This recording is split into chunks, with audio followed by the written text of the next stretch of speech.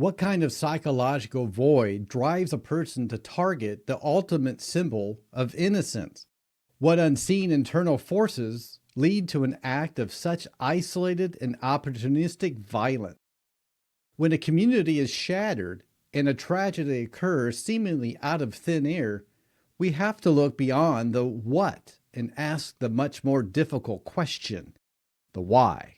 The disappearance and murder of 10-year-old Holly Piirainen in the summer of 1993 remains an open wound, an unsolved case that haunts the quiet New England towns of Sturbridge, Brimfield, Massachusetts. But for us, the heart of the mystery lies not just in the clues left behind, but in the disturbing mental health indicators of the person who committed this heinous crime. What did their life look like before August 5th, 1993, and what pathology fueled that moment of calculated opportunity? Welcome. I'm a licensed professional counselor, and here we talk about the psychology behind the crimes. It's crucial to state up front that what follows is my professional analysis and speculation based on publicly available facts and psychological principles. This is not a formal diagnosis of any individual, as a diagnosis requires an in-person evaluation. Holly and her younger brother were staying at their grandmother's cottage in Sturbridge, Massachusetts. On August 5th, 1993, Holly told her father she was walking a short distance to a neighbor's house to see a new litter of puppies. This specific short trip created a small window of time and the short, isolated route that allowed the perpetrator to seize the opportunity. Holly's destination was only a short distance away, making her absence initially less alarming, but the walk put her alone on the road. The walk to see the puppies was the last confirmed intention Holly had before she disappeared. Her brother returned home shortly after they left, but Holly did not return. Established the critical time frame for her abduction. She was last seen by her father around 11:45 a.m., heading to see those puppies, and was reported missing about an hour later when she did not return. The puppies were not directly involved in the crime, but they were the innocent incentive that led Holly to be alone in that exact place and time where the perpetrator was lying in wait. Our goal is to explore the behavioral and mental health indicators that may have been present in the perpetrator. Let's begin with the most compelling psychological indicator, the perpetrator's capacity for deception and profound sense of entitlement, behaviors often linked to specific personality disorders. We must consider a person of interest in this case, a man named David Pouliot. Forensic evidence placed in the area where Holly's remains were found in Brimfield. Sources have indicated that he had no public criminal history of violence. This link was announced in 2012, suggesting a powerful, maintained facade of normalcy. How does a person with a clean public record become linked to extreme violence against a child? This is the hallmark of individuals operating with specific psychological defenses and personality structures. The first mental health indicator is narcissistic and antisocial traits. The ability to live a free life, a violent criminal record, points to a person with remarkable success in compartmentalizing their predatory impulses and presenting a convincing, socially acceptable self. This aligns with a pattern of antisocial personality disorder, or ASPD, a strong psychopathic trait where emotional coldness and a lack of empathy are hidden behind a polished exterior, the so-called mask of sanity. Their primary motivation is often a complete disregard for the rights of others, viewing victims as mere objects for their gratification or needs, which is a key component of narcissistic personality disorder. The lack of prior public arrest for violent crimes suggests an individual who was meticulously cautious, skilled at avoiding detection, and fundamentally believed they were entitled to take what they wanted without consequence. This level of calculation in a crime of opportunity speaks volumes about the ingrained pathological self-focus. But the sheer isolation of the Sturbridge cottage area reveals something even darker about the perpetrator's internal world. What kind of predator hunts in a community where they are either known or where their presence is immediately conspicuous? Holly Piirainen, a 10-year-old from Grafton, Massachusetts, was visiting her grandmother's cottage in Sturbridge with her family. Sturbridge is a town known for its history, not for its crime. It was August 5th, 1993, a warm summer day, and a time when children could still walk freely down the road. Holly and her younger brother, Zachary, decided to walk to a neighbor's house, less than a half a mile away, to see a new litter of puppies. This small, spontaneous trip created the fleeting moment of vulnerability that the perpetrator capitalized on.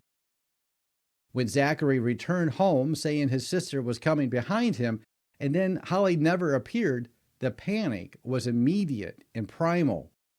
The family's search quickly yielded a terrifying clue. One of Holly's sneakers found on the side of South Shore Road. She had essentially vanished into thin air.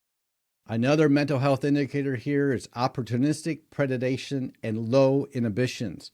The act of taking a child in broad daylight on a short, known route suggests a few key psychological components. First, the perpetrator was likely cruising or already present in the area, exhibiting a state of hypervigilance for opportunity. A person with high levels of social conformity and inhibition would have dismissed this fleeting chance.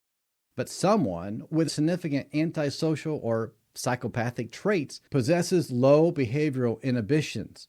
Their internal moral compass is either broken or non-existent, making the risk-reward calculation heavily skewed to their immediate gratification. The proximity of Holly's family and the time of day indicates audacity, a psychological arrogance that is a hallmark of the narcissistic belief system. They truly believe they would outsmart everyone. This isn't a pre-planned abduction. It's a cold, swift exploitation of a perfect, unexpected opportunity. The key piece of forensic evidence linking the deceased David Pouliot was not Holly's, but his own, found 7 miles away in Brimfield. Search for Holly was massive, yet fruitless, for over 2 months. The only initial evidence was a single sneaker. Then, on October 23, 1993, hunters found Holly's remains in a densely wooded area of Brimfield, a town approximately 7 miles from Sturbridge Cottage. This geographical separation is a crucial psychological clue. The act of moving the victim so quickly and placing the remains in a secluded spot speaks to the psychological need for disassociation and distancing. And that leads us to another mental health indicator of disassociation and emotional distancing. For many violent offenders, the commission of the act is followed by a period of profound emotional numbing, a form of disassociation. By immediately transporting the victim a significant distance to the remote woods of Brimfield, the perpetrator is physically and psychologically severing the crime from the initial environment. This is a mechanism to mitigate the intense post-crime psychological stress, allowing the individual to return to their normal life and maintain their facade. The psychological cleansing, where they dump the problem and attempt to wipe the slate clean. This distancing behavior is highly consistent with the emotional detachment of psychopathy, where the crime is an abstract event, not a moral violation. It suggests an emotional shutdown rather than a genuine feeling of remorse or panic. But what about the perpetrator's own background? We know the power of childhood trauma to create an adult capable of such profound harm, but was the crime a twisted reenactment of an internal wound? We will never know. While specific credible information about David Pouliot's childhood trauma or abuse is not extensively detailed in public records, we can analyze the type of crime committed and infer the deep-seated psychological motivations often present in offenders who commit crimes against children. Crimes of this nature are rarely about the victim.